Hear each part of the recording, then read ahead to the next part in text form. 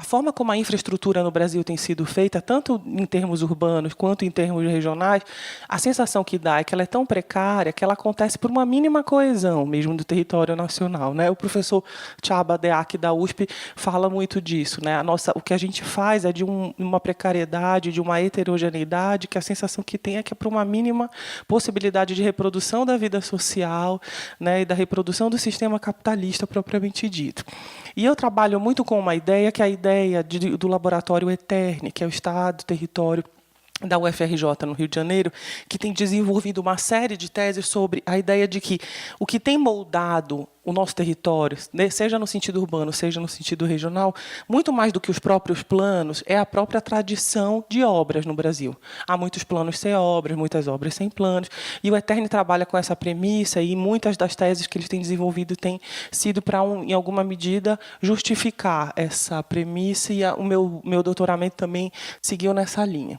E o que a gente identifica no Brasil é que a forma como o território nacional vai se consolidando e se estruturando nos leva a crer que o que a gente tem vivido são espasmos de crescimento econômico que são seletivos, que são pontuais e que se revelam socialmente excludentes, ambientalmente predatórios e territorialmente fragmentados. Em alguma medida, o que eu fiz no meu doutorado era demonstrar como é que se dava esse crescimento pontual, seletivo, excludente, né, e fragmentado, a partir do caso da Amazônia. Obviamente, por causa da minha preferência pessoal e o conhecimento, né, como pesquisadora já de algumas décadas sobre a região, mas porque realmente o caso da Amazônia tem uma tensão com a questão ambiental que nos radicaliza essa discussão e dá para a gente mostrar com mais tinta o que tem acontecido no Brasil. E aí o que eu queria propor para vocês era que a gente juntos pensasse sobre que matriz é essa, quais são os limites dessas matrizes todas de desenvolvimento territorial que a gente tem vivido e como que elas se atualizam no tempo e no espaço. Eu trabalho com essa ideia de que o que tem acontecido no Brasil é uma estruturação urbana muito precária. Vocês todos devem, né, em alguma medida, já ter passado por essa história da nossa estruturação. Quando a gente se estrutura com uma rede ainda urbana muito incipiente, a gente tem muito mais conexões com o exterior do que propriamente internamente, no início da nossa formação urbana. Mais para frente, as integrações vão acontecendo através de vias, rodovias, hidrovias, ferrovias, de uma maneira muito precária. Essa rede urbana vai se complexificando. No entanto, é uma rede urbana ainda muito incipiente. Por mais que a gente tenha investido em muita obra, na própria interiorização do Brasil, a Marcha para o Oeste, as transamazônicas e as rodovias da vida, a nossa precarização em termos de infraestrutura está dada. A gente tem uma conformação nacional que ainda tem uma densidade urbana e uma rede urbana que está muito mais estruturada no próprio litoral, com uma interiorização menor. Se, por um lado, isso é positivo nos termos da preservação ambiental em algumas regiões da Amazônia, né? A própria região no entorno de Manaus ainda está muito preservada, diferentemente de todo esse arco do fogo no fundo da Amazônia. Por outro, a gente fica muito claro que a nossa rede não é homogênea. As condições de deslocamento, de mobilidade, de escoamento de produção, elas são muito desiguais. O Arco do Fogo é essa região aqui que vai de toda a produção sojeira em direção à Amazônia. Então, você tem isso que a gente chama quase que um arco. Aqui não coloquei a memória, o registro, mas é mais ou menos essa região, né, que vai subindo em torno da BR-163, que é um canal logístico importante, que sai de Cuiabá até Santarém, para um escoamento de um porto que agora é um porto importante de soja, que é dominado eminentemente pela Cargill, aquela empresa que vocês já devem ter ouvido falar. E aí, o que é que nos interessa? Interessa, talvez, a gente olhar para essa conformação da forma como a professora Tânia Bacelar, né, da Federal de Pernambuco, discute, que a nossa integração, ela é mais do que uma integração de território, ela é uma integração de mercado. E ela se deu às custas de uma conformação que é profundamente desigual, num desenvolvimento que acontece com a renda muito concentrada em termos regionais. E aí, quando eu estou falando disso, eu não estou querendo fazer aquele discurso enviesado, nem regionalista, no pior sentido da palavra, de ficar aqui falando como a Amazônia poderia ser vista como coitadinha ou o Nordeste coitadinho. Esse discurso só interessa aos políticos que vão para as bancadas pedir recursos para suas emendas parlamentares. O que interessa aqui é a gente olhar as disparidades regionais de uma maneira muito qualificada, né? A gente já sabe que aquele mito sobre o fato de que São Paulo, o polo do Brasil, capta toda a renda nacional, já foi desconstruído há muito tempo pelos economistas, né? O que acontece, na verdade, é que tem uma concentração mesmo de renda, mas que para o Brasil inteiro crescer, São Paulo precisa crescer. Então, para além daquela pauta regionalista arcaica, o que eu estou querendo discutir com vocês é uma concentração de recursos em determinadas áreas, mas não em detrimento de outras. Estou querendo problematizar num sentido um pouco mais sofisticado do que o sentido da política do reis do chão. E aí, se a gente for olhar, olha como é que é essa nossa estrutura urbana. Aqui a gente tem as densidades e as estradas, né? O que reforça essa ideia da concentração urbana e de uma estruturação da rede mesmo na faixa litorânea. Olha, esses são os mapas que foram feitos para a Política Nacional de Ordenamento Territorial, que é uma política que, mais do que ter sido efetiva, foi um mapeamento importantíssimo da estruturação urbana feita pelo governo federal na era Lula. Aqui a gente tem como é que se dão as linhas elétricas no Brasil, né? A região amazônica, por exemplo, que é uma região eminentemente produtora de energia barata para o resto do Brasil, é uma região muito pouco servida, né? É nesse sentido que eu estou querendo discutir com vocês, né?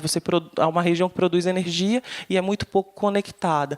Até muito recentemente, regiões inteiras da Amazônia estavam sem o atendimento, né, de rede de energia elétrica. O Marajó, a maior ilha fluvial do mundo, por exemplo, não tinha a rede de energia elétrica. Só hoje, com o programa Luz para Todos, é que essa conformação se deu, apesar dessa região ser uma região, né, de importantes hidrelétricas. Se a gente for olhar o Índice de Desenvolvimento Humano, que não é um índice maravilhoso para a gente entender o desenvolvimento no Brasil, mas ele é o que temos em termos comparativos, ele deixa muito claro que a gente tem, né, quase que aquela tese já também superada da ideia dos dois Brasis, né?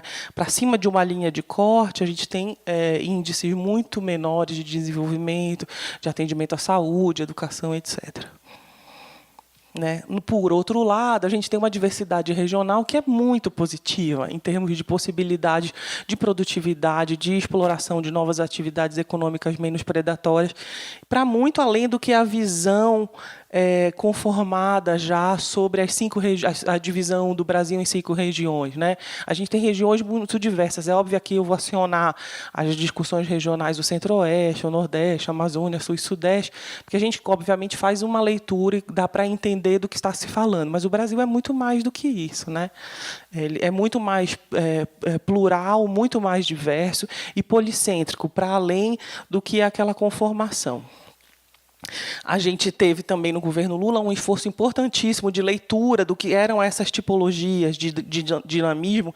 E às vezes a gente vai ver que Feira de Santana, sei lá, na Bahia pode ter uma característica dentro da rede urbana parecida com Campinas, dentro da rede urbana dela, né? A gente vai entender que a forma como as regiões são polarizadas e as redes se estruturam é muito mais diversa do que a mera conformação.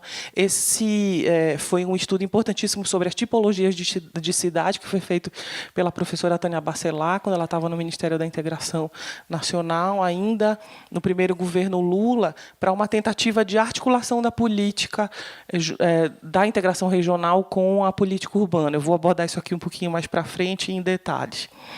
E aí o que eu queria conversar com vocês é um pouco do que eu, em alguma medida, demonstrei na minha tese, que, infelizmente, a dimensão territorial do desenvolvimento nos projetos regionais e de integração nacional tem sido reiteradas a partir de algumas matrizes importantes, da abordagem geopolítica que beira a própria abordagem dos militares na discussão da segurança nacional, a própria discussão da diminuição das disparidades regionais de uma maneira muito enviesada, né? E a própria discussão de que a noção de desenvolvimento ela se dá e se espraia a partir de eixos de polos e de enclaves.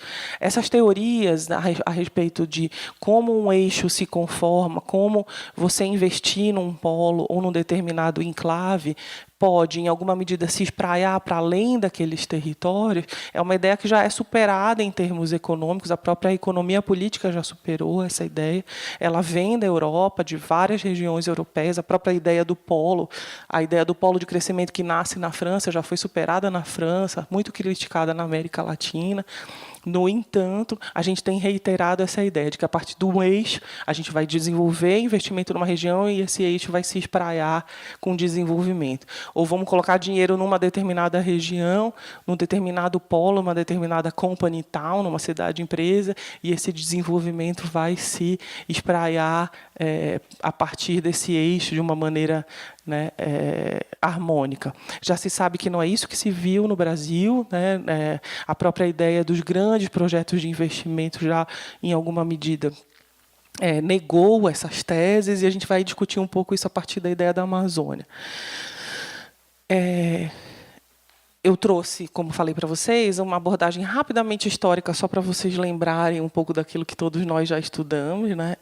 Sobre o que tem sido as ações do governo federal no território nacional. Eu não vou me alongar, é só para essa uniformização de ideias para poder chegar no momento atual. A gente vai vendo que da década de 30 à década de 50, a gente tem a constituição de instituições importantíssimas, né? O próprio IBGE, o Departamento Nacional de Estrada de Rodagem. A gente tem, na década de 40, toda uma indução da ocupação para o interior do Brasil, né? À luz do que foi feito nos Estados Unidos. A gente tem aqui a nossa marcha para o oeste, que tinha intenções geopolíticas muito claras, né? Na década de 50, a gente tem, por exemplo, a criação da Petrobras, né? Que tem sido, hoje em dia, tão atacada de uma maneira enviesada. Na década de 50 a 60, a gente vai começar a ver toda uma planificação que vai consolidar um padrão rodoviarista que tem um importante papel na integração do nosso território, na nossa integração de mercado, né? Então, aqui a gente vai constituir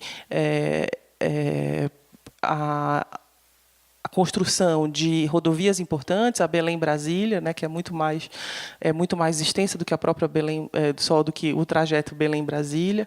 O tema das disparidades regionais ele vai se consolidar como uma questão nacional, né? A ideia da seca no Nordeste vai moldar aquilo que a gente entende como um problema a ser tratado regionalmente. As terras vazias na Amazônia vão ser um potencial para dirimir conflitos fundiários no Brasil. Vão ser criadas superintendências e bancos regionais. Acho que vocês todos devem ter ouvido falar da Sudan, da Sudene, da Sudeco. A Sudene, das superintendências, é a mais famosa, né, que foi largamente avaliada pelo professor Francisco de Oliveira. E nessa fase do desenvolvimento nacional, a gente vai resgatar uma série de mecanismos das constituições federais da década de 30 e de 40 para incentivar e garantir recursos para dirimir disparidades regionais, né? A gente vai ter uma série de ações nas décadas da ditadura militar que estão muito relacionadas com a conformação de planos. Não sei se vocês já ouviram falar, o plano de integração nacional, os planos nacionais de desenvolvimento, os próprios grandes projetos de investimento que nascem também com cidades, né, que são cidades-empresa. E, ainda assim, no final do governo Sarney, a gente vai ver, mesmo pós-ditadura, um projeto como o Projeto Calha Norte, no norte da Amazônia, que tem uma intenção geopolítica muito clara. E aí vocês vão vendo que é a cara, né, desse desenvolvimento que vai se reiterando, dessa abertura de vias em áreas ainda inóspitas à ocupação, e tem toda uma conformação de rede de cidade que vai se dando ao longo dessas rodovias. Eu listo aqui alguns planos para vocês entenderem, na verdade, como é que é essa sequência, mas muito pouco desses planos foi de fato executado. Algumas obras importantíssimas foram executadas e elas que dão a dimensão do que era a matriz de pensamento sobre o território nacional, né, em alguma medida. Mas, na verdade, eu quero reiterar aquela tese que eu vinha dizendo para vocês sobre o fato de que o que tem moldado o nosso território é muito mais o plano e as matrizes nas quais eles se inspiram, muito mais as obras do que os próprios planos e as matrizes de desenvolvimento que eles inspiram, né? Aqui a gente tem a ideia que né, recorrente do cruzamento do território nacional, de rasgar o território nacional nesse sentido, através da Transamazônica, né, que foi uma via que se tentou construir desde a ditadura militar e que não foi pouco impactante, né?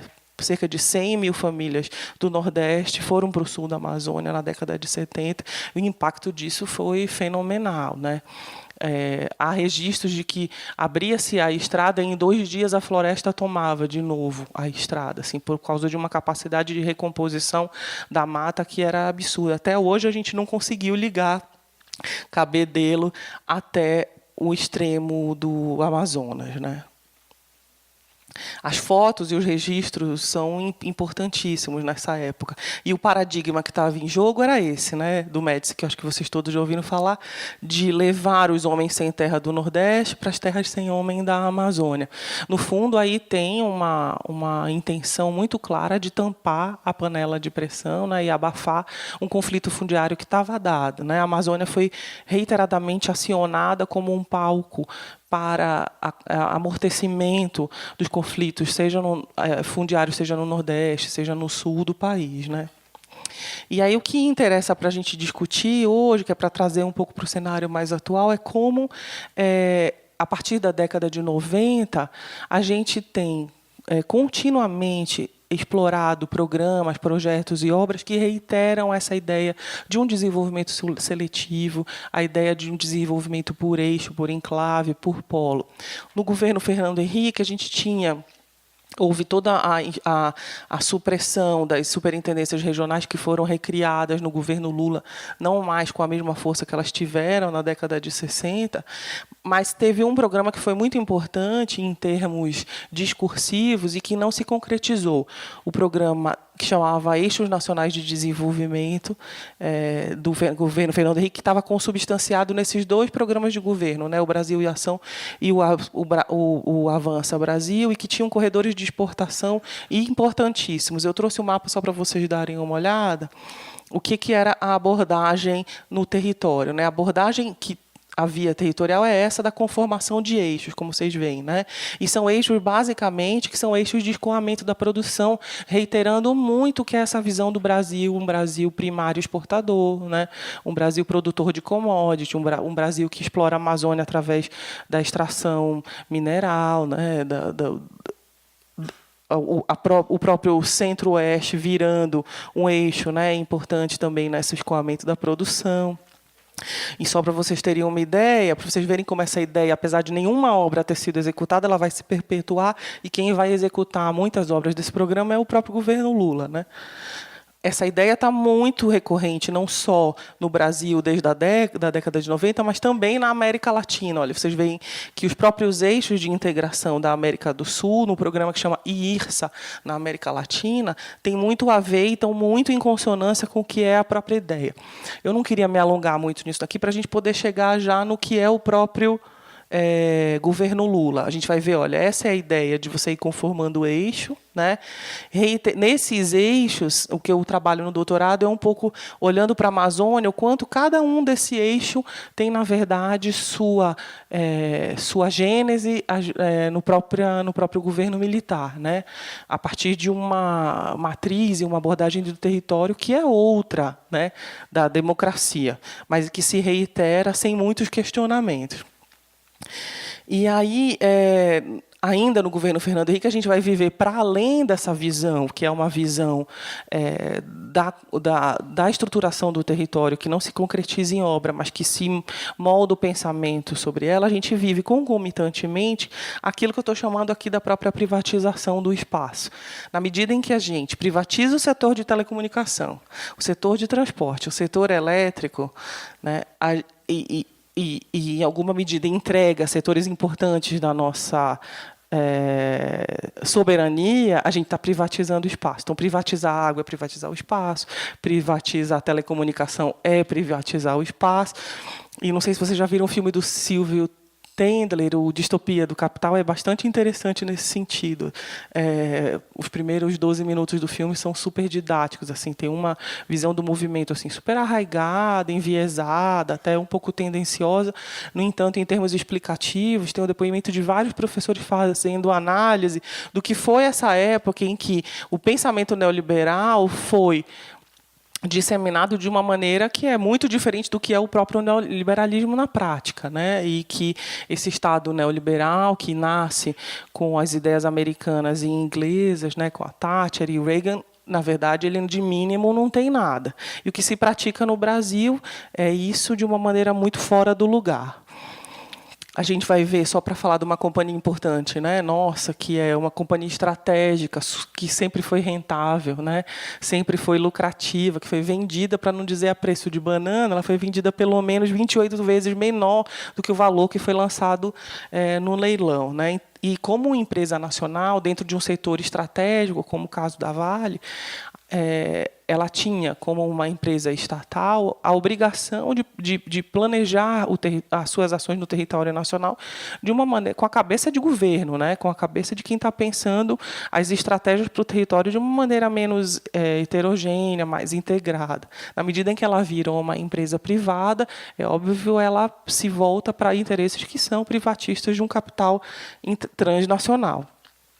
E aí eu queria começar a questionar com vocês o que são essas matrizes que vão vindo desde da formação, início da formação urbana e regional do Brasil e vão se consolidando, né? Eu vou passar brevemente sobre elas para a gente poder se deter no que nos interessa, que aqui é a matriz hidrelétrica, mais especificamente.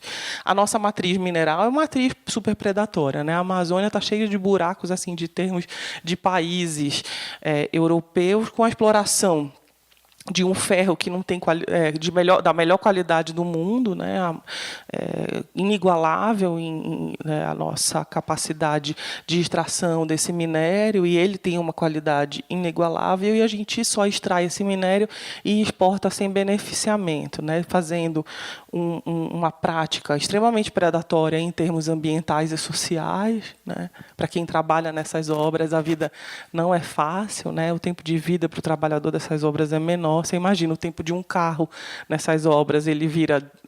os carros que circulam nessas obras não conseguem circular mais de 6 meses, vocês calculam o que acontece com as vidas humanas, né? E a gente vai vendo que nessa matriz, que é essa matriz que está ligada muito ao que é o trabalho da empresa de Carajás, a gente tem também crueldades e perversidades perpetuadas em sistemas infraestruturais que são alarmantes. O caso do trem da Vale, que só agora foi resolvido, né? Ele era um camburão que basicamente tinha muito de navio negreiro. Eu deixei aqui até a música do Rapa, que não sei se vocês já ouviram a letra, é muito interessante. Assim, a gente vê o quanto de criança migrou do Maranhão para o sul do Pará, quanta criança se prostituiu, quanta criança fugiu de casa em busca de oportunidade, o quanto de trabalhador vivia dessa economia muito cruel em torno desse trem, o quanto de conflito existe nessa região, né?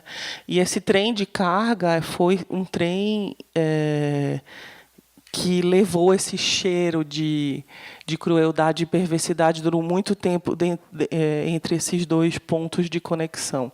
Hoje em dia, mais recentemente, houve um termo de ajustamento de conduta que obrigou a Vale a colocar esse trem, assim como os outros trens da sua linha, mais 3 linhas a Vale tem agora que estão sendo remodeladas nos padrões internacionais de deslocamento. E aí a gente tem essa matriz ferroviária, que não preciso dizer o quanto ela é precária no Brasil, né? A gente vê o quanto ela é muito pouco estruturada, muito desconectada, e o projeto nacional que está pensado para ela não conversa em absolutamente nada com o que é as nossas rodovias, o que são as nossas hidrovias, de uma maneira complementar. A partir da era Lula, a gente vai viver um paradoxo muito importante, né? a gente vai ver um exercício importantíssimo de tentativa de retomada do planejamento territorial. Eu trabalho isso com um detalhamento na minha tese, tentando, uma série de ministérios e secretarias nacionais tentando recuperar o que seria a capacidade do Estado de olhar para o território de uma maneira mais integrada. Aquele exemplo que eu dei para vocês do estudo de tipologias de cidades feito no Ministério das Cidades, o exemplo... deixa eu ver se eu consigo botar aqui a carteira, que talvez fique mais fácil para mostrar. Olha, a gente vai ter toda uma discussão na pasta de integração nacional no governo Lula sobre como se poderia territorializar o orçamento federal. A gente vai ter a Política Nacional de Ordenamento Territorial, a Política Nacional de Desenvolvimento Regional, feita no Ministério da Integração, a tentativa de instituição de um fundo, a tentativa de instituição de novas superintendências, e todas essas questões foram engavetadas.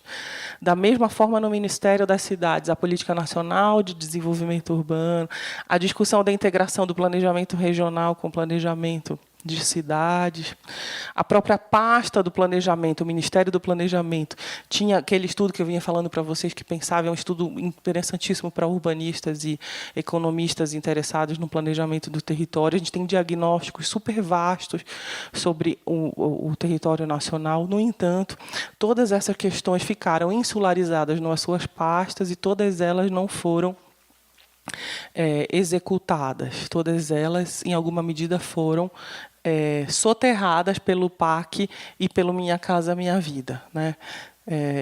Esses dois projetos que talvez vocês todos devam ter ouvido falar, né?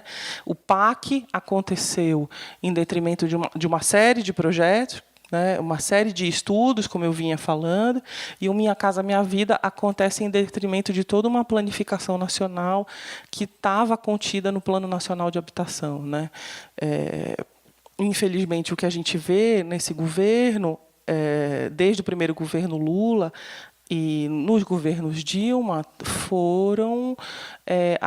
foi a execução de uma série de projetos de investimento numa carteira de ações que não estava territorializada. E a gente tem se por um lado a gente tem recursos inéditos, com um montante inédito executado no nosso território, né? A recuperação dessa capacidade de investir, hidrelétricas sendo feitas, rodovias sendo feitas, portos sendo feitos, aeroportos, universidades, etc. Tudo isso foi feito em detrimento de uma visão mais compreensiva do território. E isso, nesse âmbito, a gente vai conformar uma nova regionalização. Políticas que, de fato, vão ter um recorte regional, se a gente for olhar o que acontece com a proliferação de campi universitário no Brasil, isso, de fato, tem uma cara regional, né? Tem, de fato, um recorte importante regional. No entanto, no que tange as obras de infraestrutura logística e energética, o que a gente viu foi uma reiteração permanente de uma lógica que é aquela lógica da ditadura militar. Isso é com essa tese que eu trabalho no meu doutoramento e, em alguma medida, demonstro a partir das obras na Amazônia, né? Se vocês forem olhar, por exemplo, o PAC, ele tem esse programa de aceleração do crescimento, está dito claramente, né? Ele é um programa de crescimento, ele não é um programa de desenvolvimento, ele foi um programa lançado em 2007 como uma medida anticíclica, assim como foi o Minha Casa Minha Vida. A intenção dele era gerar emprego, aquecer a economia, azeitar o setor da construção civil. E quando a gente vê dentro dos recursos do PAC, a gente tem um montante substancial e muito desproporcional em relação aos outros eixos relacionados com o setor energético, que é desse que eu vou tratar um pouco mais hoje, né? A gente vai ver em termos de logística, né, as rodovias, as hidrovias e as ferrovias, o valor é menor, e em termos de infraestrutura social e urbana, esse eixo, sim, é diferente do que é o eixo da ditadura militar, né? Esse eixo é um eixo que tem muito a ver com o que é a pauta do próprio Ministério das Cidades. Nessa conta ainda não está o Minha Casa Minha Vida. Então, as ações de saneamento, as ações de mobilidade, as ações de urbanização de favela, ainda no que tangia a agenda, que era uma agenda bem mais progressista, com o Ministério das Cidades, como ele vinha sendo constituído em 2003, né? E aí a gente vai ver no PAC isso que eu discuto um pouco na tese, que é o fato de que muito permanece da ditadura militar, mas muito também se atualiza. Os projetos começam a assumir permanências e mudanças que valem a pena de serem enxergadas, né? E queria trazer para vocês essa ideia de que a gente tem uma dominância dos interesses de localização, que são interesses do grande capital, não são interesses meramente públicos, né? São interesses de grandes projetos de investimento que vão conformando uma nova estruturação do espaço brasileiro. Se vocês forem ver, por exemplo, a matriz que a gente tem de transposição de Rio é uma matriz muito complicada. O projeto, só para dar um exemplo de um projeto bastante polêmico e emblemático, eu fiz isso porque a Carol vinha, falei, vou conversar, e vi que a Anália está aí, acho que vai ser muito bom da gente poder discutir, né? O projeto de integração do Rio São Francisco, a Carol começou a estudar agora, a gente já vem estudando há algum tempo, na verdade, ele tem uma diretriz, uma vontade de acontecer desde a época do Império no Brasil. E no Império ele não foi executado exatamente porque não se podia medir os impactos negativos da transposição do Rio São Francisco, né? Esse projeto passa pela ditadura sem conseguir se legitimar, e quando ele chega nos dias atuais é o governo Lula que coloca em prática. Estou fazendo essa crítica um pouco ácida, apesar de ter toda a simpatia, sobretudo no momento atual, ao que foi o governo Lula e ao governo Dilma, mas para dizer que é inadmissível que um governo que se pretendia mais alinhado à esquerda reiterasse táticas da ditadura, né? E implementasse um projeto que nasce como tantos outros projetos, sem muitos questionamentos sobre essa matriz. A Anália estava me falando agora sobre a possibilidade de abastecimento de água no Nordeste de maneira muito mais simplificada, com redes mais sustentadas, sustentáveis economicamente, menos impactantes. O que a gente vai ver na obra de São Francisco é de uma crueldade, uma perversidade no território, de uma paisagem única, que é inacreditável que um governo tenha colocado tanto dinheiro para reproduzir uma matriz tão predatória. E aí a gente vai ver erros sucessivos nessas obras, né? Erros de licenciamento, né? Interesses escusos, dinheiro desviado para a Operação Lava Jato, etc., né? Agora que está sendo a Operação Lava Jato está em alguma medida investigando coisas que já vinham sendo denunciadas, né? O estudo de impacto ambiental do próprio São Francisco, da próprio projeto de integração, demonstrava que a obra tinha tantos impactos positivos quanto negativos. Só esse desbalanceamento já deveria ter sido o suficiente para negar a licença para essa obra. No entanto, não foi isso que aconteceu, né?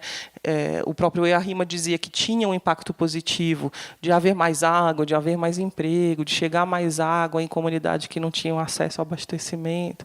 No entanto, identificava que havia impactos negativos em relação à diminuição da biodiversidade, à modificação no regime hídrico, etc. Se vocês forem ver, o mapa é mais ou menos esse, com os eixos que estruturam a obra, né?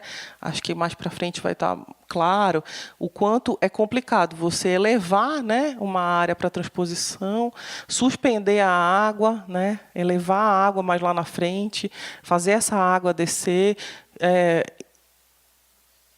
E não é só as pessoas e as comunidades que deixam de cruzar, os animais também. Tem fotos importantes do Greenpeace, do Instituto Socioambiental, de animal perdido assim, no meio da obra, né? O impacto é muito grande na comunicação de aldeias, na comunicação de comunidades tradicionais nessa região. Esse é um mapa de uns alunos meus na disciplina de planejamento urbano no último ano na FAO, em que a gente começa a identificar uma série de coisas, por exemplo. É até difícil, a Carol está enfrentando esse problema agora, né, Carol? De mapear, porque os planos eles não trazem mapas, eles têm, né, manchas, e é paradoxal a gente ver que os planos ainda reiteram uma visão muito pouco sensível sobre o território, né?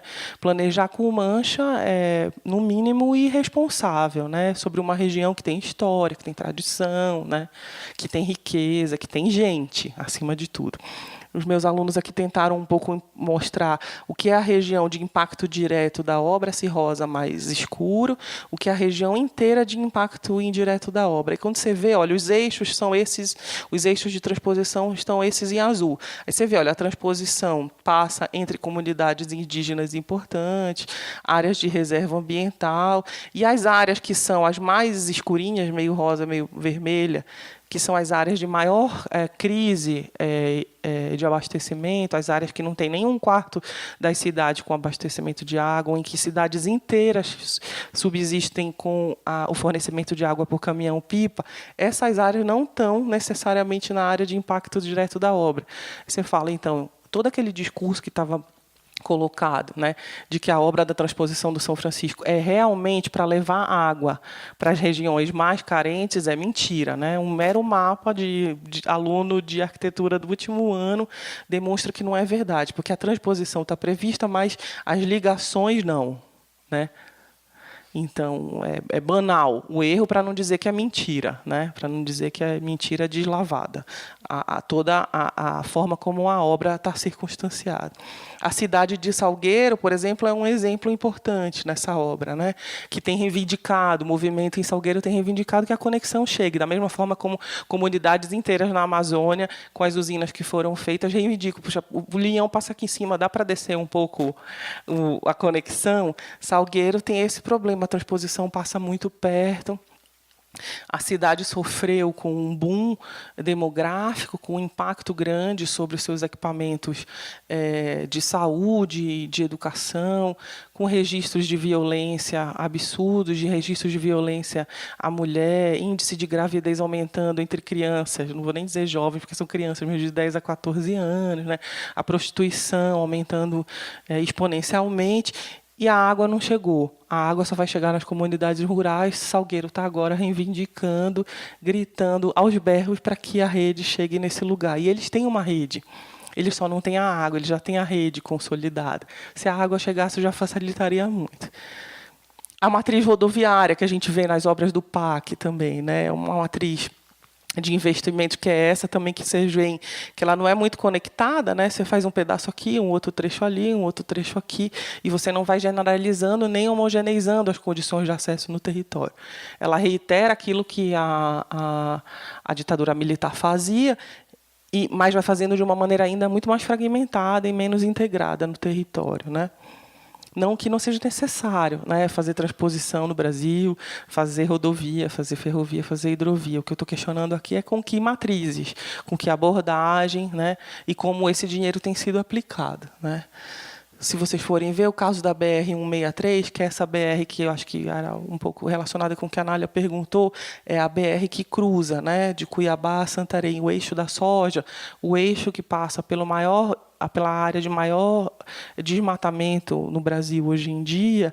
No governo Lula, teve todo um plano mesorregional que foi feito para essa região, discutido com todas as comunidades, para entender como é que a obra ia passar sem ferir a produção dos agricultores familiares, como é que isso ia acontecer, e todo o planejamento foi destituído quando o PAC entra e fala: a obra vai passar, vai asfaltar e dane-se quem está no entorno, né? Estou falando de uma maneira banal, mas foi exatamente isso que aconteceu.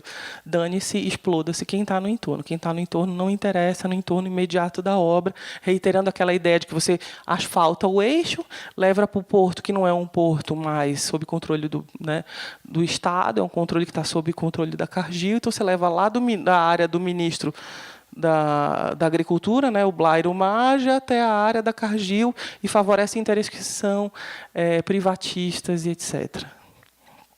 Se vocês forem ver, olha, está muito ruim, acho que a imagem está um pouquinho desfocada, mas só para a gente ver como é que acontece o crescimento da plantação de soja no Brasil, na região norte, a região de maior riqueza, né, em termos de ainda preservação de floresta, a produção de soja cresce exponencialmente, né? E aí não dá para crer que a produção de soja seja realmente o destino da região norte do Brasil ou do próprio centro-oeste, né? É nessa região onde avança sobre uma floresta muito rica, sobre um subsolo muito rico também, uma produção que é muito pobre, né? Se vocês forem ver como é que acontece o deslocamento da produção de soja desde a década de 70, é exatamente nesse sentido, né? Avançando para um território que agora já está fazendo isso e já está fazendo isso, nos últimos 10 anos. E aí a gente tem a conformação de cidades importantes, como essa cidade, Lucas do Rio Verde, em que todo o impacto das obras de rodovia e das obras para abastecimento e produção de soja acontecem sem que se preveja um impacto sobre essa cidade. Uma coisa que tem acontecido nessa cidade, como em todas as outras cidades da região da soja, muitas cidades no norte do Brasil, tem havido uma produção de uma modalidade de quartos para aluguel que são muito insalubres, que a gente não pode dizer que são exatamente cortiços, porque aquilo que a gente entende como cortiço nas metrópoles brasileiras é outra coisa, né? Os casarões, as casas antigas, etc.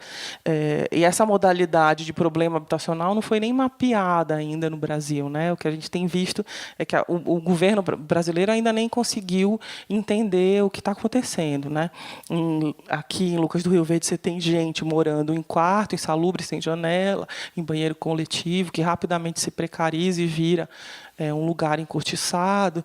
Em áreas na Amazônia tem gente dormindo na praça, em rede atada, entre duas árvores, né?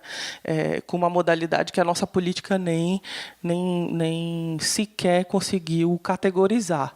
E essa é a cara, né, da produção da soja, com a urbanização numa paisagem, num bioma que tinha uma outra riqueza. Pode parecer que eu estou fazendo um discurso ambientalista meio purista, mas não é, não. Eu acho que queria que vocês entendessem a minha fala como uma fala mesmo de quem está querendo qualificar a discussão sobre esses processos, né? Olha, a própria produção, vocês viram a produção de soja, a produção de bovinos, como vai avançando sobre a floresta e vai avançando sobre o cerrado também, né? Aqui no Brasil, olha, que Brasil é esse que a gente vai vendo, né? A partir da década de 70 até os dias atuais, olha, a gente vai vendo que a produção agropecuária cresce muito, da década de 70 para agora o início dos anos 2000, né? É exatamente na região norte, ó, que ela cresce, né? A gente vai vendo aqui, né? Por exemplo, a produção agropecuária no Centro-Oeste sai de 7,5 para 20,8 no valor agregado. A produção de grãos, né? Em algumas décadas, ela vai duplicando, triplicando, sobre uma que é uma questão que, em geral, ela é muito enxergada pelos economistas como um indicador de crescimento, né, de dinamismo e etc. Para nós, pensadores do território, essas questões se espacializam e nos interessa entender como é que elas acontecem, né? E se elas estão acontecendo sobre os territórios onde existem mais indicação para que elas aconteçam, né? A composição das exportações vai acontecendo numa matriz que se dá sobre o território e que nitidamente os insumos, a exportação de produtos básicos vai assumindo uma importância cada vez maior, né? A gente tem esses ciclos no Brasil o tempo inteiro de projetos que são projetos nacionais de reprimarização da economia, né? Alguns economistas têm feito essa crítica, mas ainda à luz do que é a questão economicamente como ela está colocada, né? A partir da possibilidade de que a gente poderia ter mais valor agregado a essa produção, né? A gente não precisaria exportar produtos na sua maneira bruta. A gente poderia exportar produtos de uma maneira mais beneficiada e ter mais produção de riqueza em torno disso. Para nós interessa o quanto esse território está sendo acionado de uma maneira extensiva e arcaica, né? A própria matriz ferroviária, se a gente for dar uma olhada, ela também é uma matriz, assim como a rodoviária, que está dentro do PAC, muito fragmentada, desconectada. E, pior ainda, a gente vai ver que o sistema, que é o sistema de bitola larga de trens, não se comunica com o sistema de bitola estreita.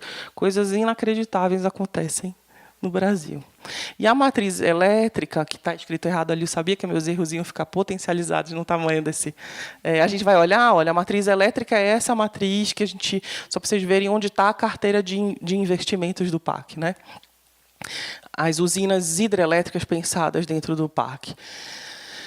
É uma carteira de investimentos importantíssima e, quando você olha, parece que está tudo muito pensado dentro do sistema de distribuição e não está. As concentrações elas acontecem de maneira heterogênea, o sistema ainda não está resolvido. E, como a gente vai ver com o caso de algumas hidrelétricas, ele é muito mais sujo, muito mais predatório do que se imagina, né?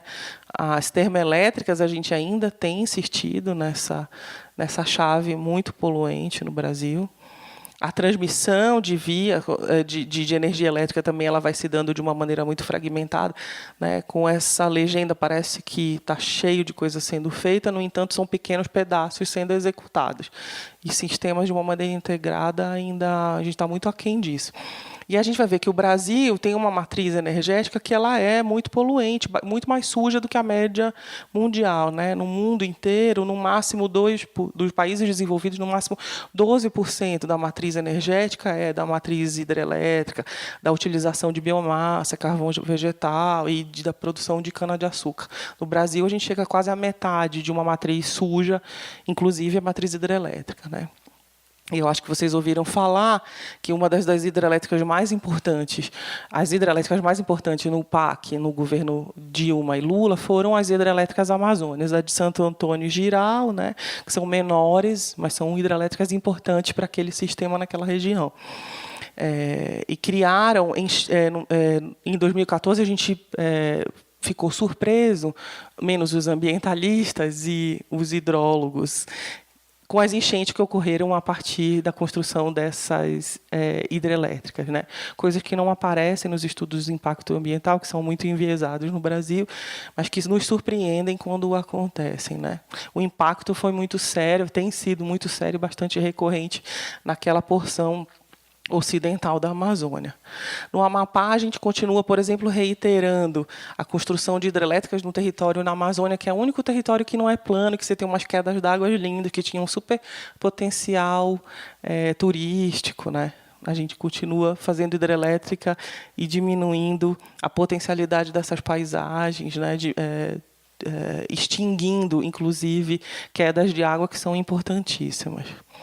E reiterando essa velha matriz, que é a velha matriz de criar, nas áreas de ribeira, indústrias superpoluentes, né? Essa é uma indústria na região do Jari que veio na integralidade do Japão para o Brasil e se acoplou à indústria aqui e criando uma região superfavelizada no entorno, né? Aquela ideia de que o enclave geraria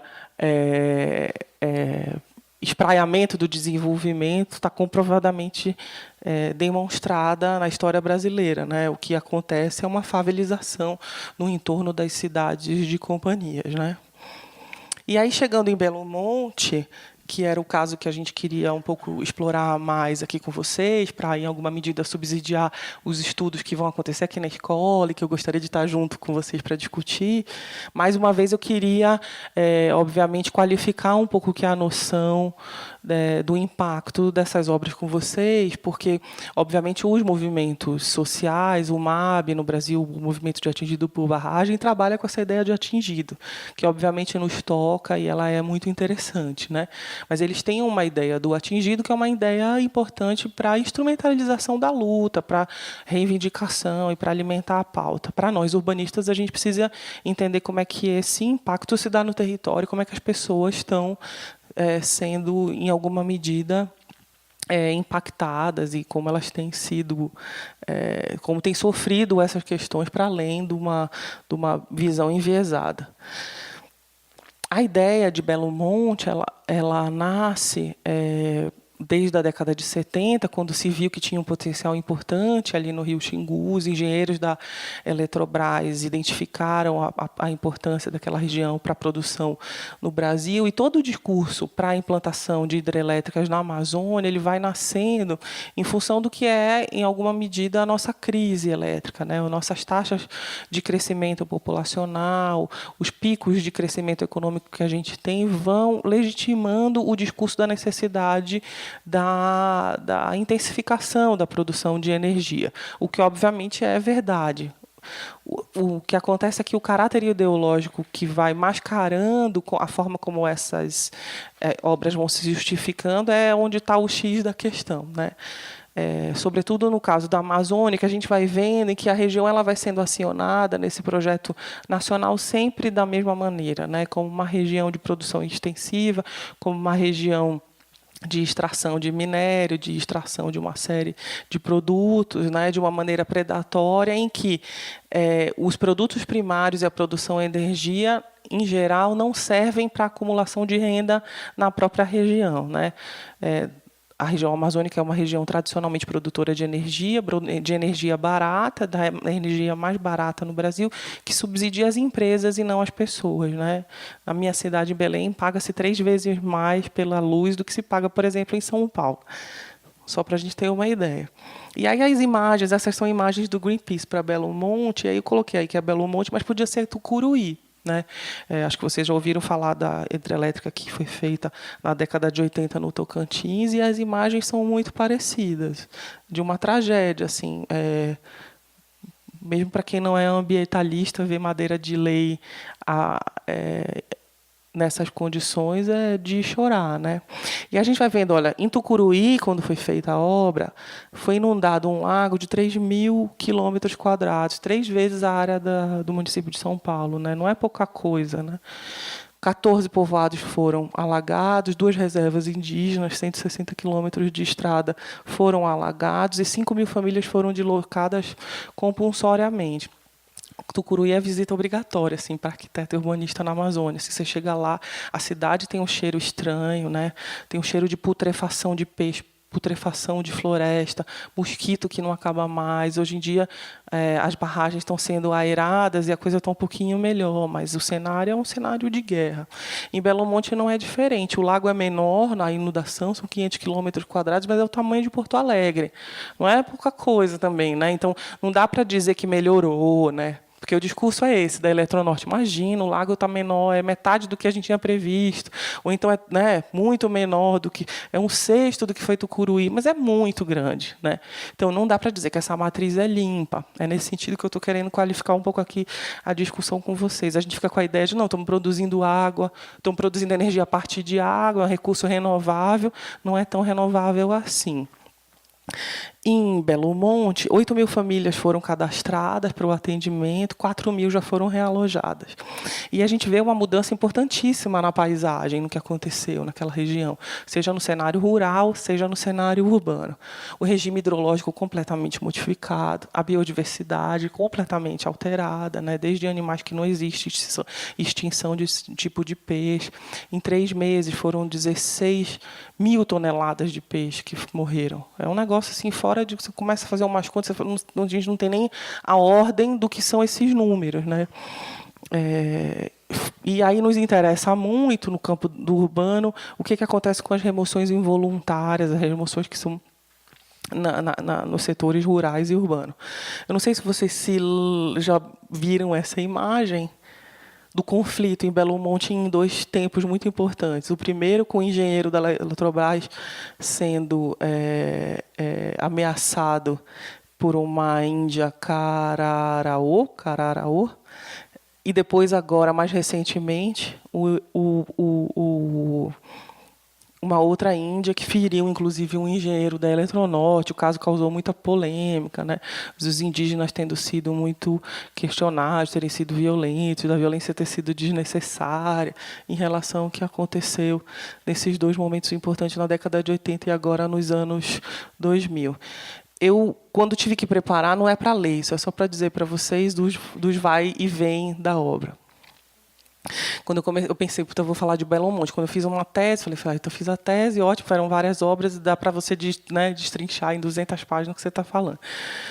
Para fazer uma apresentação breve é muito difícil, assim, né, porque foram muitos vais e vens, foram muitos processos de ilegalidade, de destituição de direitos e de violação. A gente vai vendo desde a década de 70 que tem todo um combate ambientalista que dificultou a implementação de Belo Monte no início, porque as usinas de Tucuruí e Balbina foram desastres declarados e os ambientalistas, em alguma medida, conseguiram se contrapor à implantação de novas hidrelétricas desse porte na Amazônia.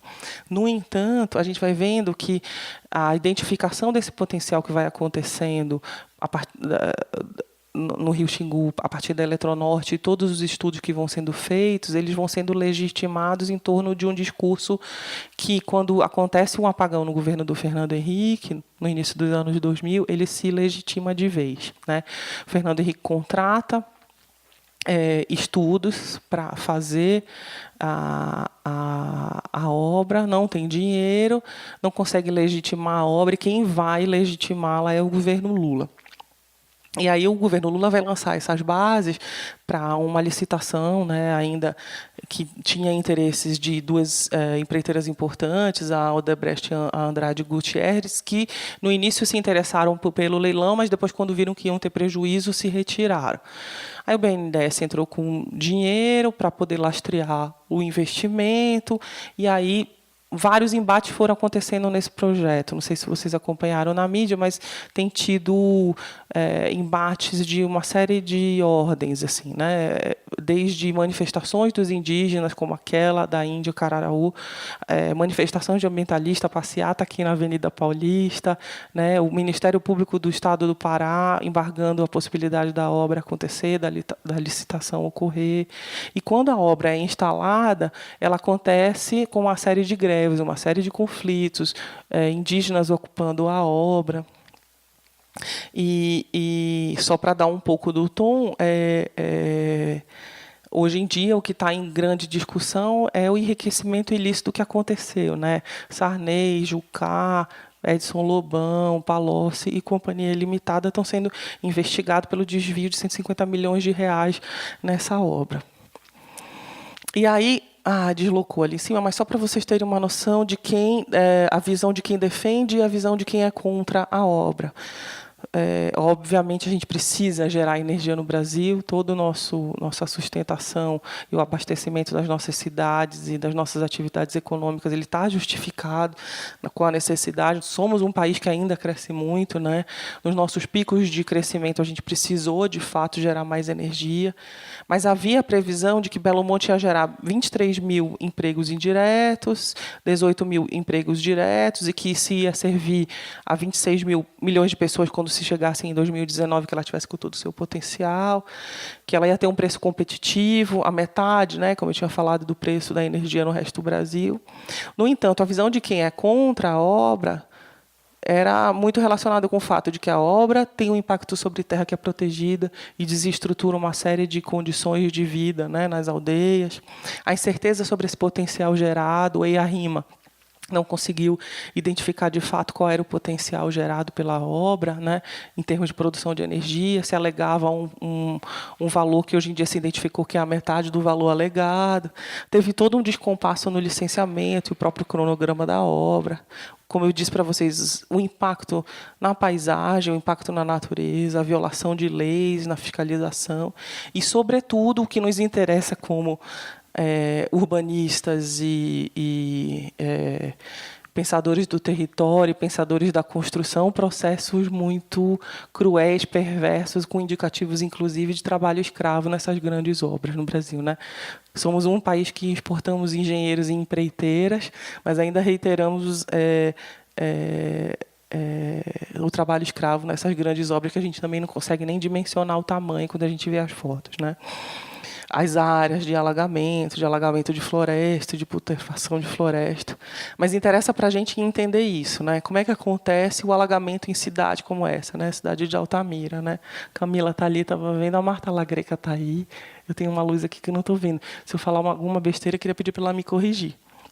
Olha, aqui a marcação, né, de onde vai acontecer o alagamento, para a gente ter uma noção em relação à escala humana.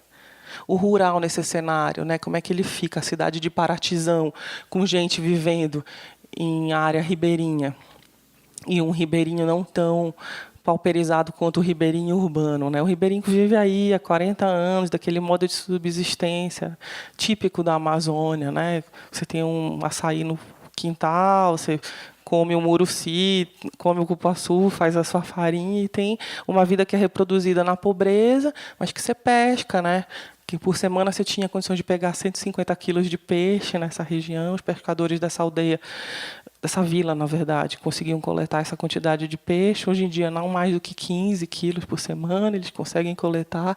E o impacto é muito grande sobre a possibilidade de se manter nessa região. Além disso, o fato de que ela vai ser alagada e ela já foi retirada, né? No urbano, a população ribeirinha vive, não vou ser cínica de dizer que a população ribeirinha vive bem, né? Não vive bem. né? Vive em cima do esgoto, né? Bebe a água sobre a qual ela faz o cocô. É assim mesmo que se vive na Amazônia. Mas esse é o urbano na Amazônia. E a gente tem que reconhecer esse urbano. E eu acho que a gente tem que reconhecer se existe inteligência nessa forma de morar, se existe vontade nessa forma de morar perto da água, né? Porque o que a gente tem visto nos nossos projetos são projetos de reassentamento que negam, está muito escuro, né? Mas dá para ver, e vocês conseguem imaginar facilmente a cara do Minha Casa Minha Vida no Brasil, a casa de cachorro, né? E aí você tira alguém que mora nessas condições, com proximidade com a água, que provavelmente morava nessas condições, e coloca nessas condições. Isso, no mínimo, é violento, né? No mínimo, tem uma violência intrínseca aí que é importante, e o fato de não reconhecer a vontade de estar perto da água, um modo de viver que tem a sua tradição, né? E aqueles assentamentos com aquela cara rapidamente viram favelões, né? Porque você faz a pinta de azul, de laranja para dar uma individualização cínica, e rapidamente aquilo vira uma favela, né? Individualizar projeto no Minha Casa Minha Vida, o urbano é isso, no assentamento no Minha Casa Minha Vida, em áreas de grande projeto também é isso. E se, por um lado, se avançou muito em termos de tentativa de não violação de direito, em tentativa de cadastro, em tentativa responsável de tentar conversar com essas pessoas, o que aconteceu já nasceu enviesado, né? Não dá para dizer que alojar 4.000 pessoas nessas condições vai ser responsável, né? E aí acho que vale a pena a gente sim, entender como que o arquiteto se coloca, em muitos casos, como agente da operacionalização de um projeto que já nasce com outros interesses, que não é o interesse de uma territorialização justa, né? Não é o interesse de uma socialização mais includente, né? Eu não consegui destacar essa, só para vocês terem uma noção, esse é o número de atingidos, para a gente ver como é que o MAB, o movimento de atingido por barragem, entende a ideia dos atingidos. Olha, no EIA-RIMA, a ideia de atingido pela obra era de 16 mil dentro da obra, 16 mil pessoas na obra de Belo Monte. Os cadastrados, né, foram 8 mil em Altamira, no geral 29 mil pessoas, e os novos cadastros do MAB indicam que 40 mil pessoas são afetadas pela obra. Isso por causa dos indícios de coisas que aconteceram e que não estavam previstas, áreas que foram alagadas e que não estavam previstas, áreas urbanas que foram, né, de casas que eram já consolidadas em alvenaria, vilas que foram alagadas e precisaram ser removidas às pressas, etc. E houve muitos dossiês de ambientalistas, de ONGs e muitas teses importantes feitas nesse sentido, para avaliar um pouco do que estava acontecendo em Altamira e em toda a região de influência ali de Belo Monte. Esses são infográficos do dossiê do ISA, que é bastante interessante, porque qualifica e problematiza a discussão de uma maneira muito rica, demonstrando, por exemplo, a questão da pesca, né, que no início não era dimensionado, os pescadores falavam, não estamos conseguindo mais encontrar peixe, não estamos mais conseguindo encontrar peixe. E aí a Eletronorte media a sua quantidade de peixe ali no porto e dizia, não, mas está a mesma coisa, está a mesma coisa. Depois de um tempo, o IBAMA conseguiu justificar e demonstrar que estava acontecendo mesmo, dentro de toda a região de exploração da pesca, uma diminuição de 90% da quantidade de peixe que estava tendo acesso, e a Eletronorte foi condenada a pagar multas e rever o sistema de forma que se aerasse a água para se aumentar um pouquinho a quantidade de peixe na região e a própria qualidade de oxigenação da água. O esgoto nessa região ele ficou represado, né? Aquele esgoto que ia embora com o rio, de quem morava ali nas palafitas, etc., ficou represado nessa região. Então, agora, além do esgoto na cidade, que já é um esgoto que corre, Altamira cheira a cocô, né? É meu estado que eu amo, mas cheira mesmo. E ele já corre por cima, né? Agora ele ficou represado no rio. Vocês imaginam que isso acontece, o que é isso em termos de impacto urbano-ambientais, né?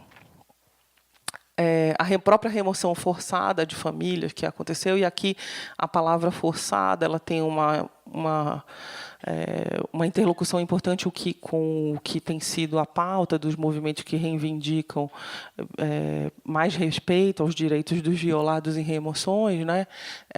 No mínimo, a gente pode dizer que essas remoções, mesmo as negociadas, as pactuadas, elas foram involuntárias, né? Bateram na casa das pessoas e disseram: você vai ter que sair. Então, se é forçado ou se é involuntário, a gente pode problematizar, mas, em alguma medida, não partiu da vontade das pessoas a questão da saída, né? E aí a gente vai ver que, pelos números, e aí não sei se esses números são fidedignos hoje em dia, porque esse dossiê do ISA ele é de 2014, a gente teria que rever em função do que foi o cadastro, né? 75% das pessoas foram indenizadas, 21% teve indenização por carta de crédito e só 4% teria reassentamento, pela previsão do que estava acontecendo.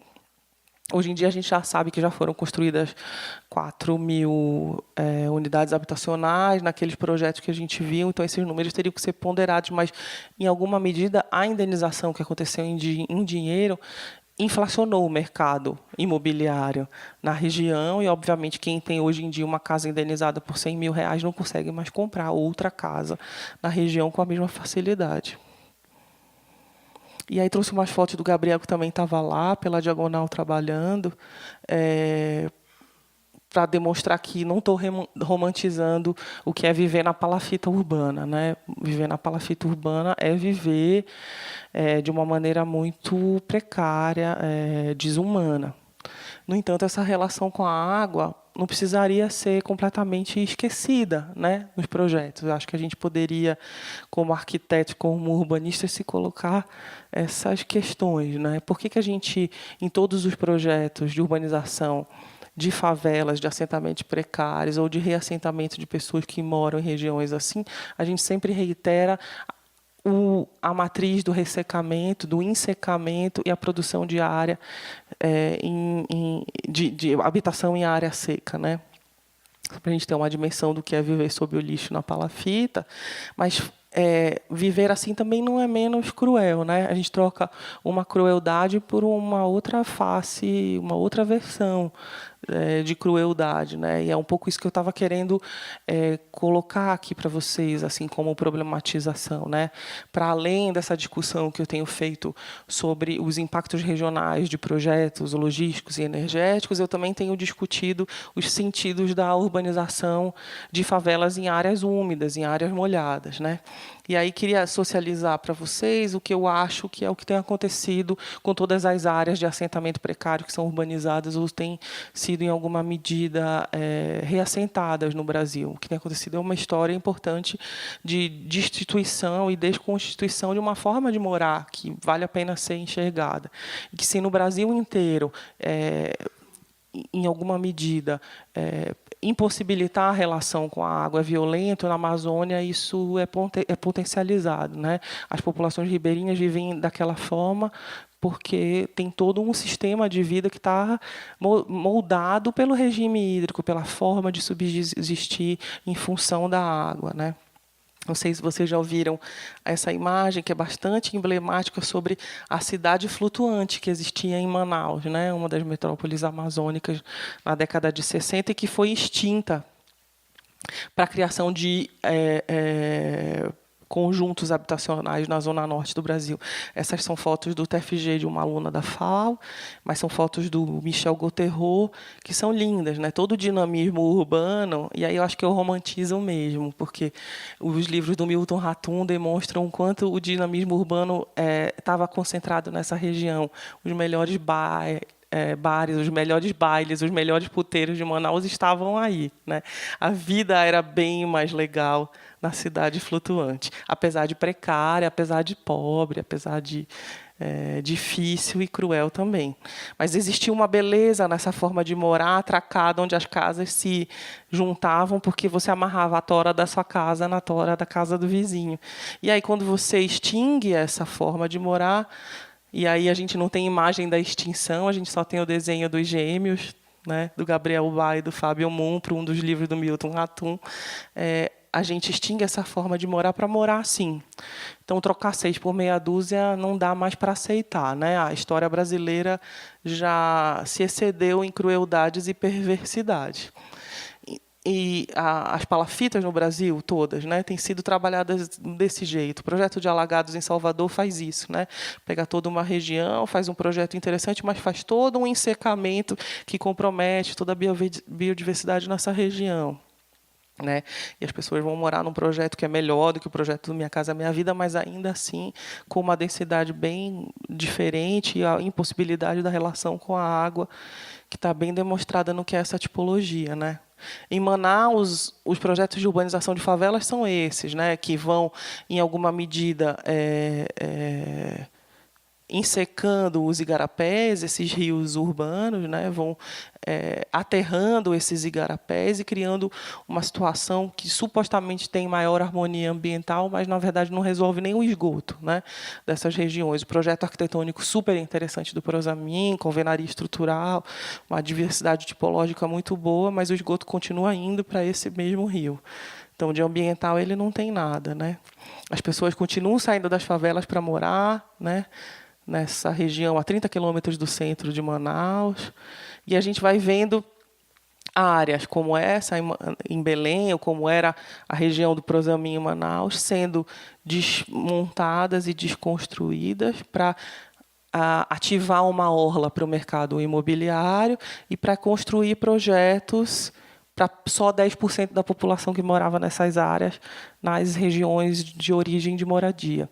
E aí a gente tem projetos interessantes, projetos que se baseiam no que é o projeto do Demetria Anastasakis, projetos que têm diversidade e tentativas de ensaios tipológicos importantes, no entanto, que são muito restritos no sentido de quanto eles atendem para quem realmente era daquela região. Esse é o projeto da Vila da Barca, do mesmo arquiteto, né, do Prosamin em Manaus, em que aqui já se atinge outro padrão de densidade numa região de Belém, né, por exemplo, que é uma região muito densa, um bairro muito violento, mas tem uma tentativa, né? Temos uma tentativa de pensar uma outra arquitetura que é interessante, mas que também, com a alvenaria estrutural, você não pode furar ali para botar o teu atador de rede, né? O que é também muito cruel em termos de população amazônica. Você fazer um projeto em que impede que a pessoa continue morando da forma como ela gosta de morar, também tem seus níveis de perversidade. Projeto da Vila da Barca. Olha, em Vitória, o projeto Terra Mais Igual, que tem ensaios, se por um lado, ensaios tipológicos, arquitetônicos muito pobres para a urbanização de favela, por outro, tem uma reposição e uma possibilidade de recuperação de área de mangue que é bastante interessante. A gente tem projetos simples que deram muito certo no sentido da apropriação, com desenho muito simplificado, mas que resolveram, em alguma medida, a questão da proximidade com a água. E aí eu deixei uma imagem da possibilidade de que a gente pode pensar a forma de morar perto da água de uma maneira mais idílica, mais poética. Essa é uma cidade no Marajó em que as pessoas já convivem com a água de uma maneira mais salubre. Trouxe essa imagem para deixar aqui de inspiração para vocês, para a gente ver que existe Veneza na Amazônia, de um jeito muito simples, vernacular, e que a gente pode aprender com esse vernacular. Dá para tomar banho de chuva sem morrer de uma doença veiculada hidricamente na cidade de Afuá, porque se resolveu o problema do esgotamento com biofiltro nas casas. E deixei essa mensagem para vocês também com a imagem do Gabriel Bá e do Moon, para a gente pensar o quanto rever esses paradigmas é também uma tarefa de nós, arquitetos e urbanistas e pensadores do território. Criticar as matrizes energéticas, logísticas, hídricas e de transposição não é tarefa só para os economistas e os engenheiros. né? A Carol está trabalhando com isso, né, Carol, na pesquisa que ela está querendo fazer. A gente tem a convicção de que nós, arquitetos e urbanistas, precisamos nos alfabetizar para poder dialogar de igual para igual com quem faz a justificativa meramente técnica ou meramente econômica de certos projetos. A gente precisa cartografar os nossos territórios de uma maneira muito mais sensível do que simplesmente pôr manchas nos mapas. E a gente precisa projetar de uma maneira muito mais sensível. Eu acho que eu me estendi na fala, deve estar todo mundo rindo de cansado nesse frio, mas eu gostei muito de estar aqui, de ter a possibilidade de dialogar com vocês e queria ver se a gente consegue abrir para alguns minutos.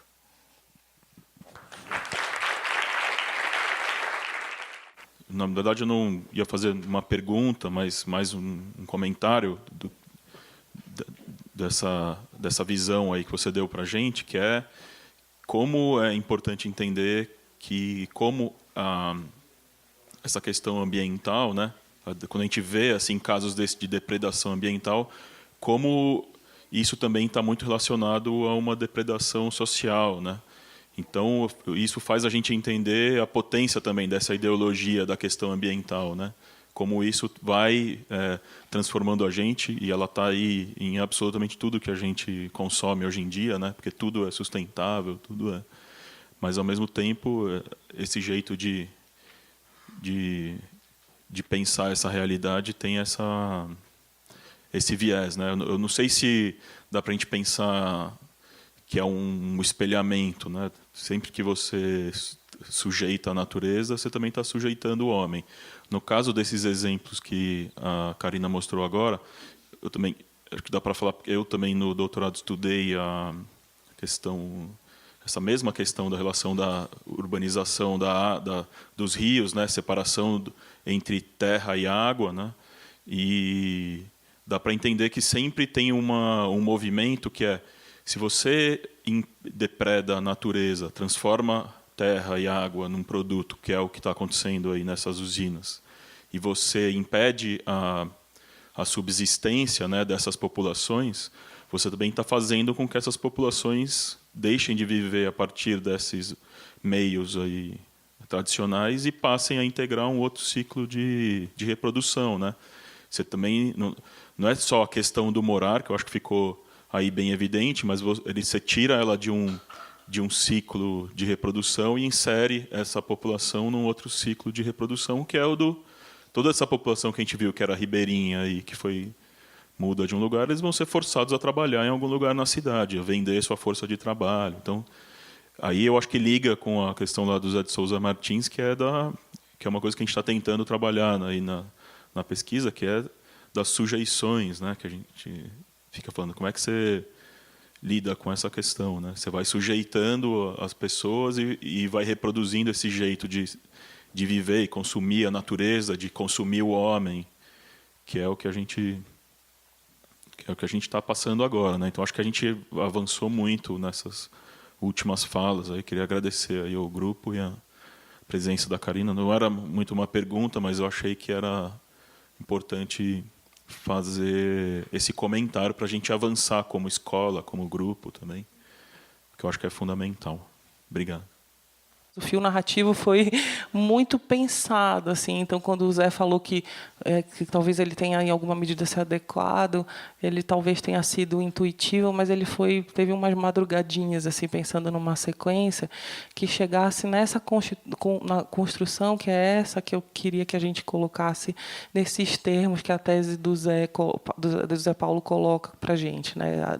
A relação entre nós não somos lunáticos quando a gente está reivindicando a relação do homem com o rio, uma outra relação menos mercantilizada com a natureza, né? A gente tem que se colocar nesse discurso de uma maneira mais radical e muito qualificada para a gente não ser entendido como arquitetos românticos que estão reivindicando uma coisa absurda, porque toda a construção política para legitimar esse tipo de projeto que consome o homem, é bonito isso, né? Essa noção de não só consumir a natureza e de alguma medida destituir a condição humana propriamente dita, eles são projetos que são justificados nessa chave de que o que se faz é melhor do que era, né? O Minha Casa Minha Vida, quantas vezes a gente ouviu parceiros, colegas queridíssimos do Ministério das Cidades dizendo, mas é melhor do que morar em favela.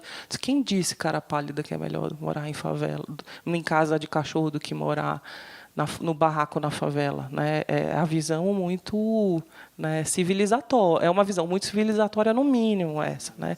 E, por exemplo, no caso de Belo Monte, só para a gente ficar nesse campo que é o que a gente está focando agora, toda a discussão da Eletronorte, Eletrobras e do próprio governo federal foi o tempo inteiro essa. A imagem da palafita sob o esgoto é sempre usada para destituir a qualidade daquele morar, que é óbvio que não, a precariedade está dada, mas para quem é arquiteto e está querendo olhar para aquilo de uma maneira mais sensível, a gente, em vez de buscar o defeito, a gente busca, né, a inteligência naquela forma de morar, né?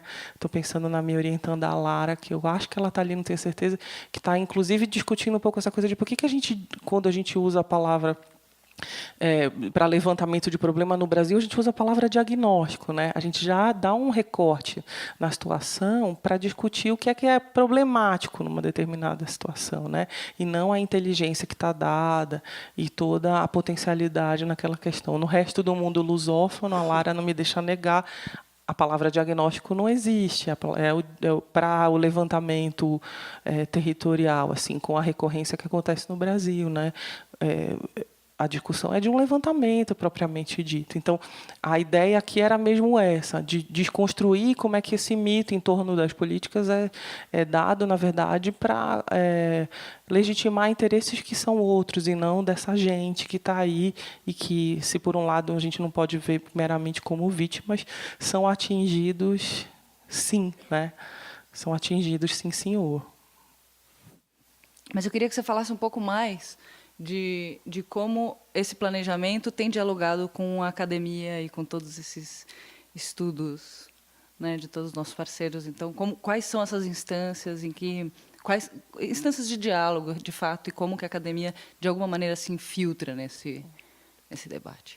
Historicamente, eu trouxe uma lista de programas, né, que foram feitos no Brasil, de planos e etc., que estavam inspirados, em alguma medida, em referências conceituais teóricas, em teses da economia, né, a própria discussão de polo, a discussão de eixo, né, elas tinham lastros em ciências, né, e que chegaram aqui como ideias fora do lugar e já nasceram nas suas regiões de origem como ideias também fora do lugar, com todo o seu caráter ideológico, mas a relação entre o planejamento e a teoria não é assim de um rebatimento direto, né?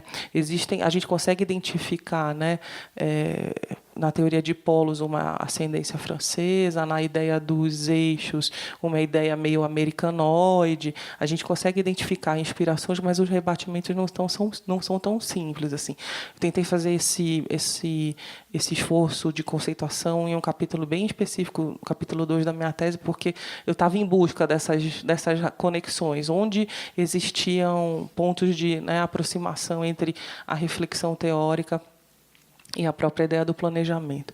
Mais recentemente, no Brasil, o que a gente tem visto no campo do planejamento estatal é de uma esquizofrenia total, né? Do plano, assim como o plano urbano, do plano que não se concretiza, né, porque ele não tem obra, ele é praticamente um mapeamento muito incipiente de determinadas questões, etc.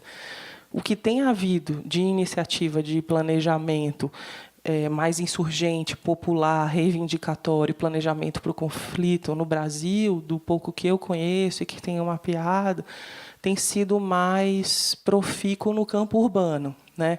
A gente tem visto planos populares, iniciativas de escritórios pilotos para planejamento conflitual. Nós, lá no nosso projeto na USP, com o Observatório de Remoções, que pensa planos alternativos, né? Agendas de reivindicação junto com a comunidade. O pessoal do Eterne, no Rio de Janeiro, que é esse laboratório coordenado pelo professor Carlos Weiner, o Henry Axeraldi, trabalhando com comunidades. Essas são as poucas iniciativas. Algumas iniciativas no Recife, né? Há algumas iniciativas insurgentes que trabalham com esse paradigma de que nós, planejadores, nos associarmos aos movimentos sociais de uma maneira de formação dupla, né? Numa pedagogia super dialógica, com a criação de planos que são muito mais do que planos, são instrumentos políticos de reivindicação. No campo urbano, isso tem acontecido mais. No campo regional, essa escala traz uma dificuldade muito grande, né? Você vê, nem deu tempo de fazer um rol de agentes absurdos que estão ali envolvidos nesses grandes projetos, de quantas pessoas precisariam estar envolvidas para a discussão desses projetos. No entanto, recentemente eu comecei a trabalhar com o MAB, o Movimento de Atingidos por Barragem, para a gente começar a pensar quais são os impactos que eles não querem negociar. Por exemplo, nessas comunidades atingidas por barragem, uma coisa que é muito atípica no cenário urbano, eles querem reivindicar o direito de não serem conectados a determinadas áreas, o direito de permanecer isolado. Uma coisa que é exatamente oposta na recorrência do caso urbano, no caso de impactos, de projetos de grande impacto regional sobre comunidades tradicionais, sobre comunidades indígenas, né, quilombolas, a noção de direito e de justiça pode ser exatamente a oposta. E aí eu acho que do pensamento universitário, quem está mais envolvido nessa discussão mesmo da planificação insurgente e popular é o pessoal da UFRJ mesmo, que tem trabalhado. O professor Carlos Weiner e toda a equipe dele que trabalha já há um tempo com o movimento de atingido por barragem, tem um curso de especialização que é muito legal, eles fazem junto, assim, os universitários com o pessoal do movimento, o professor Henry Axeraldi, que trabalha especificamente nas questões de justiça ambiental, propriamente dita, e aí ele vai trabalhar se contrapondo exatamente à noção de sustentabilidade. Eu vou falar, o que está em jogo é uma questão de justiça mesmo, né? Não é dessa sustentabilidade enviesada. E tem todo um campo, que é um campo da antropologia, né, territorial, que é um campo de uma cartografia muito sensível e muito rica para entendimento das questões que estão dadas, né, nas comunidades tradicionais. Estava me lembrando de um projeto interessantíssimo da FASE, que está fazendo cartografias muito sensíveis de projetos regionais, o pessoal da Federal do Amazonas, que trabalha com cartografia social, ensinando o índio a usar GPS para mapear trajetória dentro da floresta, mas são trabalhos da antropologia, né, que tem um comprometimento com a cartografia, que tem um comprometimento com a conceituação sobre determinadas questões e não tem um comprometimento que é o comprometimento nosso, não é menor, quer dizer, estou só dizendo que são comprometimentos científicos de natureza diferente. Nós, arquitetos e urbanistas, quando cartografamos, pensamos em como transformar, né?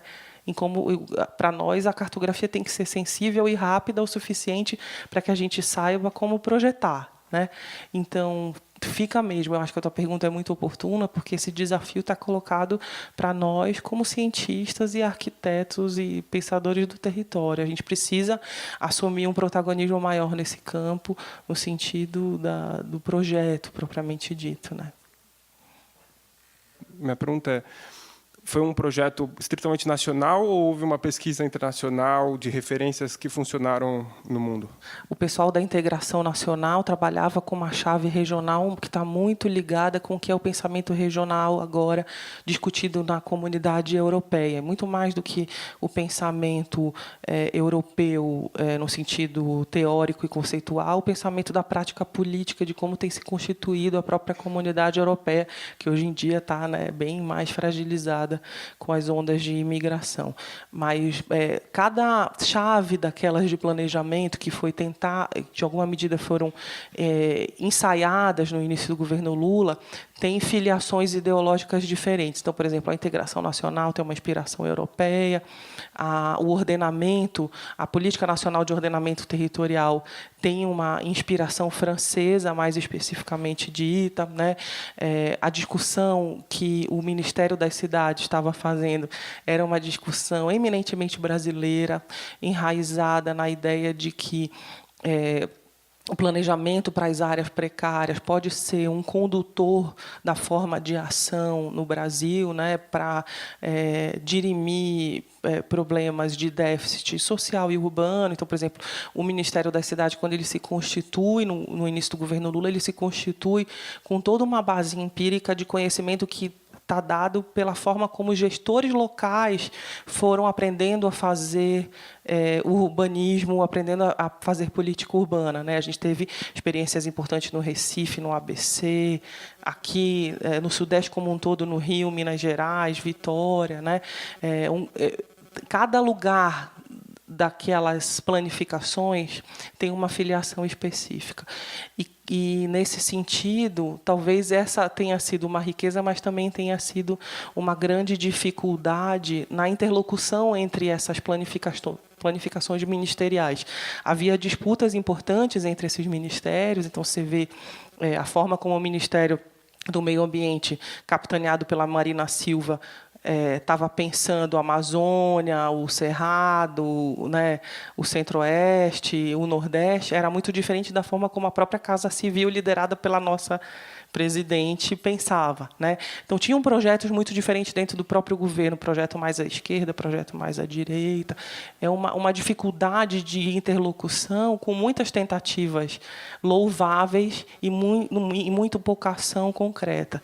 E aí, eu acho que o que mais me surpreendeu nessa pesquisa, no doutorado, eu estava fazendo o doutorado sob a coordenação da professora Hermínia Maricato, né? E tive o privilégio de poder reconstituir parte dessa história do que foi o início do Ministério no governo Lula com ela e com uma série de entrevistas que eu fui fazendo com pessoas que estavam diretamente nesses ministérios. E me surpreendeu muito o fato de ver que uma série de cientistas, uma série de planejadores territoriais, fossem eles economistas, geógrafos, que estavam no governo, fizeram um papel de ingênuos. De ingênuos, eles não tinham absolutamente nada, eram pessoas super informadas. Então, a gente tinha o Clélio Campolina Diniz, que é um professor, foi reitor da Federal de Minas Gerais, a própria Hermínia Maricato, o Nabil Bolduque conduzindo o Plano Nacional de Habitação, a Tânia Bacelar no Ministério da Integração Regional, Nacional. Gente que... as melhores cabeças no Brasil, os melhores técnicos, talvez os melhores cientistas, gente com muita experiência que tiveram seus projetos completamente destituídos, assim, né? E a sequência de decepções políticas, profissionais e pessoais foi muito grande nessa história que precisa ser revisitada, né? Que é muito recente, que a gente precisa ter um certo afastamento crítico. Eu devo confessar para vocês que, apesar das minhas preferências políticas mais à esquerda, me dói muito falar com essa acidez sobre o que foi esse momento histórico, né? Eu, quando fiz minha tese, fiz na intenção de que pudesse, em alguma medida, colaborar com a construção de uma agenda e ver toda uma história de planificação e de tentativa mais progressista sobre o território desabando não foi fácil, assim, né? Tem que ter muita honestidade intelectual para falar o que realmente está se enxergando e não querer destituir toda uma iniciativa que eu também achava que tinha sua riqueza, sabe? Eu confesso que eu vivi uma contradição importante, assim, nesse momento de reflexão do doutorado. Mas isso já confissões de bastidor. A gente está nessa contraconduta, mas também nessa série de seminários, ensaiando mais uma vez a questão do planejamento nacional, que eu acho, uma das questões mais difíceis. E, nesse ponto, eu acho que esse afastamento do contemporâneo, que, no nosso caso, a gente está estudando o que está na manchete de amanhã, né? E isso é muito... Essa distância é sempre muito difícil de ser conquistada. De qualquer maneira, eu queria só ressaltar um parâmetro que pode, talvez, ajudar a esse distanciamento necessário, que é a questão da escala. E me lembrando que, no começo do governo do Fernando Henrique Cardoso, quando a China já estava francamente audaciosa e externalizada, havia um acordo entre eles, entre os dois países, aonde a China viria aqui para tomar conhecimento técnico de fazer grandes hidrelétricas, que deu a hidrelétrica das Três Gargantas, que secou o Mar Aral, e a gente sabe até hoje que ainda as consequências estão vindo. E, de contrapartida, a gente deveria ter aprendido com a China, isso rezava no contrato de intercâmbio, as pequenas tecnologias de pequenas hidrelétricas. numa tentativa de evitar os desastres que a gente já tinha vivenciado, né? Não deu, faliu as pequenas hidrelétricas, que deveriam exatamente ser para as fábricas, para a indústria, e essa distribuição de riqueza que teria, né, que era tão claro, era um projeto técnico, ambicioso e extremamente respaldado pela universidade, pelo ensino, né, pelo ensino competente, saiu. Me lembro também que, quando chega a Marina Silva no Ministério, na primeira etapa ainda do governo petista, ela recebeu também um documento que foi redigido pela Escola da Cidade, dizendo que haveria de se ter não planos, nem polos, nem enclaves, porque o território brasileiro não permitia se descobrir por eixos nem por pontos, mas por grandes planos de pequenas intervenções. E, de fato, ela disse assim, foram os anjos, não sei até quando ela acredita em anjos, mas foram os anjos que mandaram vocês aqui, porque a gente está... Isso foram nos primeiros dias, nos primeiros 15 dias. A gente está atrás de um plano de fertilização do semiárido. Por quê? Porque todos vinham, uma boa parte, né, do governo vinha da região Nordeste e tinha esse compromisso. Voltamos muito felizes de que a gente iria fazer, inclusive, ia começar a Escola da Cidade pelo planejamento populacional, que é o que dá o trabalho escravo, que é o que dá, né, essas grandes sequelas. A gente nunca pensou no Brasil como distribuição de população. Logo em seguida, eles anunciaram que iam fazer os grandes eixos de transposição do Rio São Francisco. A gente colocou o rabo entre as pernas, em bom português, e partimos para torcer. E fizemos uma carta para o presidente Lula, dizendo: vai evaporar, porque no Nordeste evapora 4 vezes mais do que chove quando chove. E aí ele respondeu, publicamente: deixa Deus sugar a água que lhe é devida, numa grande ignorância técnica. O que eu queria falar, narrando com essas duas, não era nem o personagem nem o tempo, mas o quanto a gente tem intuído de que é uma questão de escala. E vocês sentem, quando planejam praças e veem, essa praça vai ser, de fato, vivida, ou é uma praça tão grande que eu vou ter preguiça no calor de transpor 100 metros, que é uma quadra, né? Quer dizer, é questão nossa de planejamento, de arquitetura, de desenho urbano, de desenho de território, de estudar a questão do planejamento aliado ao usuário, né? Então, numa bancada aí vem a questão do futuro, numa bancada que, de fato, é latifundiária, agrícola, é predatória, é neoliberal. Quer dizer, quais são os instrumentos de luta e de resistência do planejador urbano, desenhador arquitetônico, porque, de fato, não tem... A questão da escala existe e ela transpassa do pote de abastecimento d'água, né, e da filtragem dessas casas, que você... Quer dizer, um dispositivo de uma escala mínima, que não tem nem 3 metros quadrados, fazendo o desenho do território e a permanência no território. Então, essa questão que eu gostaria que você conversasse um pouco. O que é a escala dentro do teu trabalho, para a gente poder se diferenciar, se distanciar dos infortúnios, né? O projeto de Belo Monte, quando a gente está estudando aqui, ele só acontece quando a Marina Silva cai. Porque o licenciamento, o Edson Lobão, ministro de Minas e Energia, consegue passar um licenciamento a reboque na hora que a resistência dentro do Ministério não é ela personificada, mas uma resistência que estava dada no Ministério como um todo. E se o Lula recebeu a carta da Escola da Cidade, na verdade, o próprio programa de governo dele dizia exatamente isso, a possibilidade de se pensar planos mesorregionais, planos de micro-regionais, arranjos produtivos locais. O próprio governo se contradisse, ele fez uma opção, né, bem mais conservadora do que o próprio plano de governo dizia. O projeto para a Amazônia era outro, para o Nordeste era outro, né, e foi se destituindo não só o plano, como os próprios setores mais progressistas dentro do próprio governo. E aí fico pensando mais a respeito do que você estava falando de escala. Na minha produção assim acadêmica, em termos pessoais, eu fico o tempo inteiro tensionando a discussão de uma maneira transescalar, porque eu acho que se é a dor, essa é a dor, mas é também a delícia do trabalho do arquiteto e do urbanista, né? A gente é formado para pensar de uma maneira interescalar mesmo, para o desenho do produto e do detalhe e o desenho do território, né? No sentido mais amplo, regional, mesorregional, macro-regional, nacional, assim. É a agenda nossa, essa praia é nossa.